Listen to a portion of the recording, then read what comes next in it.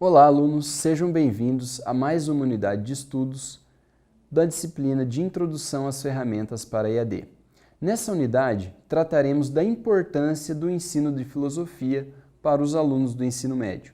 Para isso, convidamos aqui o professor Vitor Ojiboski, ele que é formado em Filosofia pela Unicentro e mestre em Sociologia da Ciência. Olá, Vitor, muito obrigado pela sua participação na nossa entrevista. Olá, Rodrigo, sou eu que agradeço o convite e quero deixar aqui minhas saudações a você, bem como para os cursistas que estão agora nos vendo e ouvindo. Muito bem. Primeiro, professor, queria que você explanasse para a gente quais os motivos que levaram a você se graduar em filosofia. Bom, eu acho que a filosofia se relaciona muito com a curiosidade, né? E esse é uma das características do ser humano, ter curiosidade. E eu, na minha juventude, tinha muitas indagações, né, com as coisas que estavam à minha volta, sempre me perguntando por que será que as coisas são organizadas dessa maneira? Por que será que eu preciso seguir a religião desta maneira? Por que será que existem modas que nesse momento fazem sucesso ou daí depois ficam antiquadas? Por que será que existem pessoas que vivem uma vida mais confortável do que as outras? Por que será que existe pobreza, né? Por que será que existe tanta violência? Então são tantos temas, esses temas eles me deixavam de alguma maneira perplexo, né? E você na juventude, a partir dos 13, 14, 15 anos, começa realmente a se perguntar, né? Por que o mundo é assim? E dentro das minhas pesquisas e das minhas leituras eu fui percebendo que a filosofia iria me oferecer um campo e um escopo teórico que pudesse não necessariamente trazer as respostas para essas questões, até porque são questões que possuem um grau de complexidade que transcendem até mesmo o pensamento humano, mas a filosofia de certa maneira me oferecia caminhos para que melhor eu pudesse compreender essas questões. E, claro, morando aqui em Guarapuava, eu percebi que aqui na Unicentro existia a possibilidade de fazer o curso de filosofia, e isso foi uma ideia que me atraiu muito, e eu acabei vindo cursar a filosofia aqui, e essa minha caminhada fez com que eu aprendesse e compreendesse e melhorasse um pouco a minha visão sobre essas questões. Te digo, Rodrigo, não consegui respostas, mas consegui, de certa forma, alargar a minha compreensão sobre essas complexidades da nossa realidade. Muito bem. E como você sabe, Vitor, a filosofia nem sempre, na trajetória histórica da educação brasileira, nem sempre ela foi obrigatória. Ela era obrigatória até a ditadura militar, depois caiu em desuso, né? As escolas não mais praticavam o ensino de filosofia para a educação pública, e depois, após uma grande luta, né, a filosofia voltou a fazer parte aí, dos planos pedagógicos das escolas públicas brasileiras. Diante disso, queria que você expusesse para a gente qual que é a importância da filosofia no ensino médio. Muito bem, Rodrigo.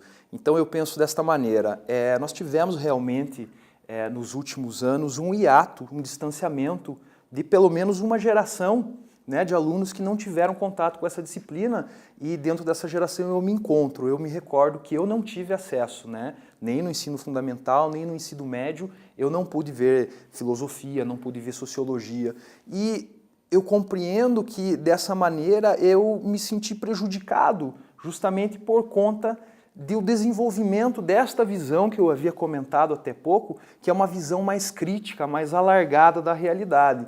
Então eu penso que a importância do ensino da filosofia é justamente você oferecer uma ferramenta para o jovem que está em formação, e jovem esse que neste momento recebe realmente um bombardeio de informações vindas de todos os lados, e de alguma maneira ele precisa processar essas informações, e essas informações precisam virar vivências, né?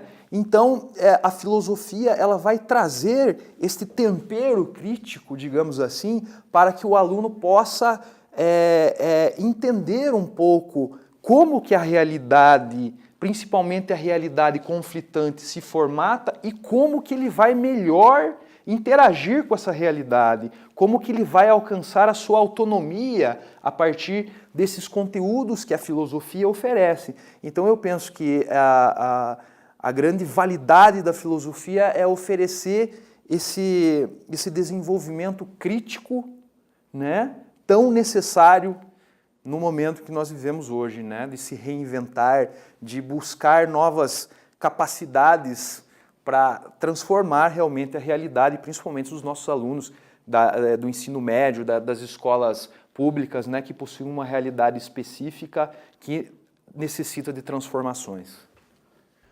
E para a gente conseguir atingir esses objetivos, como que deve ser a prática pedagógica dos professores de filosofia para os alunos do ensino médio? Ou seja, quais as matrizes que ele deve utilizar como aparato educacional para estar ofertando essa disciplina que é tão importante para o ensino médio?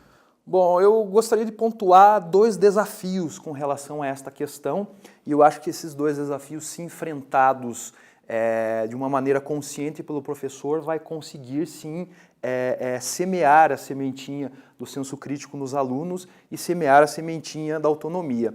Eu penso que o primeiro desafio é desmistificar a imagem que se tem da própria filosofia como disciplina, né? Muitos veem a filosofia como algo distante da nossa realidade, né? Muitos veem a filosofia como uma disciplina extremamente complexa e, por conta disso, não acessível à grande maioria das pessoas. Os alunos também vão ver a disciplina de filosofia como algo chato, algo que realmente não tem nenhum tipo de ligação com os anseios da idade deles naquele momento. Então, a primeira coisa que o professor tem que fazer é desmistificar essa imagem da filosofia. Veja, quando nós estudamos a filosofia no ensino médio, a gente tem os conteúdos para estudar, e normalmente eles estão vinculados à história da filosofia. Então, eu gosto de trabalhar, por exemplo, com meus alunos, a noção de que nós estamos trabalhando a filosofia, mas nós estamos entrando em contato com a história da evolução do conhecimento humano. Então, estamos nos encontrando mais uma vez para mais uma aula de filosofia, na qual nós vamos entrar em contato com o quê? Com a história da evolução do conhecimento humano. Então, assim já fica mais fácil para os alunos compreenderem o que vai acontecer na aula de filosofia. Nós vamos entender como que o conhecimento humano foi evoluindo no decorrer da história, né? E principalmente mostrar para os alunos que o conhecimento, o pensamento, ele está ligado diretamente com a ação, né? Então, se formos fazer uma hierarquia de valor, e você pode perguntar para os alunos o que vem primeiro ou o que deve vir primeiro, o pensamento ou a ação, logicamente que o pensamento deve vir primeiro, porque se você age sem pensar, você compromete a sua ação. E se você pensa antes de agir, você vai enobrecer essa sua ação. Então, se você conseguir demonstrar para os alunos essa caminhada da filosofia como uma ferramenta para enobrecer a ação, a praxis, isso vai ser já um bom caminho andado e vai criar sentido.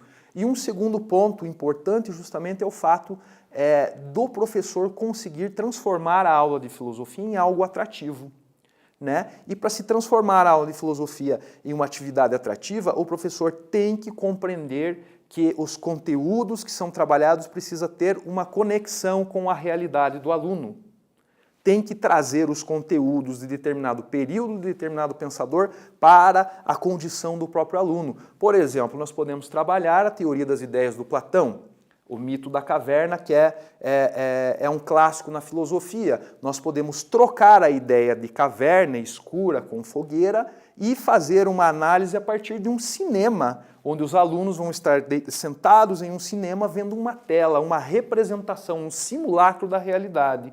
Então, desta maneira, quando você faz uma leitura de um clássico da filosofia e transporta para a realidade do aluno, inclusive se o professor quiser criar a situação do cinema, ele pode, de alguma maneira, gerar esse entendimento mais próximo para o aluno. Então, eu penso que são esses os desafios. O primeiro, desmistificar a disciplina como sendo algo inútil ou muito difícil, e o segundo, trabalhar com a criatividade, a filosofia dentro do cotidiano do aluno.